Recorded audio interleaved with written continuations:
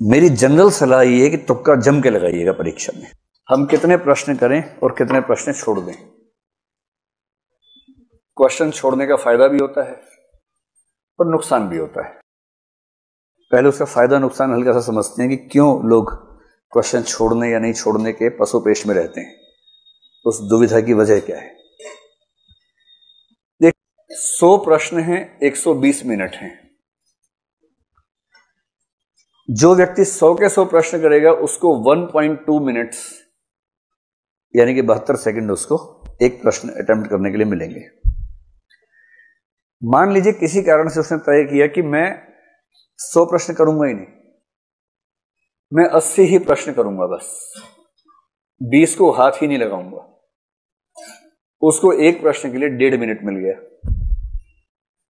और जब उसको 1.5 मिनट मिलेगा तो स्वाभाविक है कि उसको प्रश्न को पढ़ने के लिए, सोचने के लिए, उत्तर को मैच करने के लिए समय ज्यादा मिला।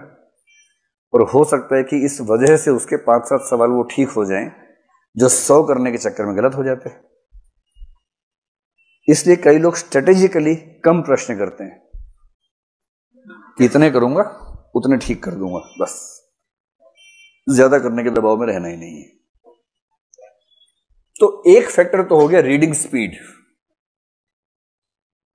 आपकी किसी प्रश्न को पढ़ने की स्पीड कितनी है, उससे आप तय करें कि आप कितने प्रश्न करना चाहते हैं अटेम्प्ट। एक दूसरा फैक्टर बहुत महत्वपूर्ण है और दूसरा फैक्टर है तुक्का लगाने की क्षमता।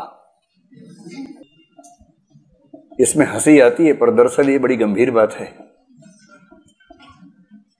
हंसी आपको तुक्का शब्द से आ रही है। दरअसल मैं बताना चाह रहा हूं कि तुक्का बहुत वैज्ञानिक वस्तु है। तुक्का बहुत यादृच्छिक या आर्बिट्रेरी मामला नहीं है, बहुत वैज्ञानिक चीज है। चलिए हम समझने का प्रयास करें। जैसे जनरल कैटेगरी में मान लीजिए कि आप एग्जाम दे रहे हैं और आपको 110 या 112 मान लेते हैं, ठीक है। अब 56 प्रश्न आपके सही हैं, इसका मतलब है नेगेटिव मार्किंग हटाने के बाद इतने सही हैं। नेगेटिव मार्किंग का मेथड संक्षेप में समझ लें, बहुत वैज्ञानिक है। उसका फायदा क्या है, नुकसान क्या है, दोनों बातें स्पष्ट होनी चाहिए।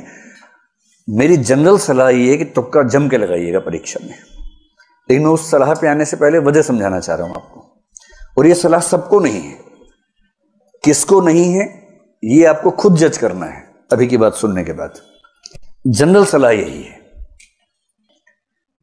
कि अगर आपका एक प्रश्न सही हुआ तो उसमें 2 नंबर मिलेंगे, और यदि आपका एक प्रश्न गलत हुआ तो उसमें सही होने पर मिलने वाले अंकों का 1/3 कट जाएगा, तो 2/3 आपका माइनस हो जाएगा।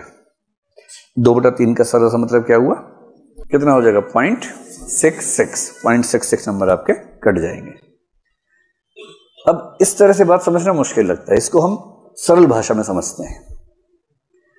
मान लीजिए कि आपने पेपर देखा, उसमें प्रश्न क्रमांक 1, 2, 3 और 4, आपको चारों का अता पता ही नहीं है बिल्कुल भी। आपको यह भी नहीं समझ में आ रहा कि ये वही पेपर है जो मैं देने आया था, कोई और पेपर है, समझ नहीं आ रहा है, कुछ भी नहीं पता आपको उसके बारे में। ऐसे 4 प्रश्न हैं। सिंपल प्रोबेबिलिटी है कि चारों प्रश्नों में 4-4 ऑप्शंस हैं और आपको एक भी नहीं आता है। आपने पहले प्रश्न में 4 में से रैंडमली कोई भी लगा दिया, सही होने की संभावना कितनी है, 1/4 है। आपने चारों प्रश्नों में तुक्का लगाया, सही होने की संभावना कितनी है, 1/4 है। सिंपल लॉ ऑफ प्रोबेबिलिटी कहता है कि आपका 1 ठीक होगा, 3 गलत होंगे। 1 ठीक होने से 2 नंबर मिलेगा, 3 गलत होने से 2 नंबर कटेंगे, और इसका मतलब है कि आप 0 के 0 हैं। अगर आपने 4 प्रश्नों में तुक्के लगाए तो स्कोर आपका 0 ही रह जाएगा। इसलिए इन्होंने जो नेगेटिव मार्किंग की कसौटी रखी है कि 3 गलत प्रश्नों पर उतने ही नंबर कटेंगे जितना 1 सही होने पर कटते हैं, इसके पीछे का आर्गुमेंट ये है। इससे सरल सा निष्कर्ष है कि तुक्का लगाने से फायदा हो ना हो, नुकसान तो नहीं होता है। एक निष्कर्ष निकलता है ये वाला, तो नुकसान तो हो ही नहीं रहा इससे। अब भगवान करे कि मान लीजिए कोई तुक्का लगा, 2 ठीक हो जाए बाई चांस, सोच के देखिए। अगर ऐसा हो जाए, मान लीजिए अगर ऐसा हो जाए, 2 सही होने पर इसको 4 नंबर मिल गए, मिले ना, जबकि 2 गलत होने पर इसका जो कटा है वो केवल 1.33 कटा है। और इसका मतलब ये हुआ कि अब ये बराबर नहीं है, अब इसको 2.67 मार्क्स का शुद्ध लाभ मिला है, केवल इस वजह से कि इसने 4 में से 2 तुक्के सही कर दिए। आप मेरी बात समझ गए? और यदि कोई तुक्के में इतना माहिर है कि 4 में 3 ठीक कर दिए उसने,